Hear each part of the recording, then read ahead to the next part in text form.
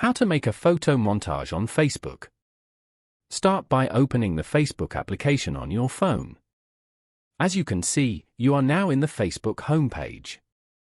Here, you can view posts from friends and pages that you follow. On this page, go to the top right corner and tap on the Photos icon. From here, you can choose and add photos and videos from your camera roll.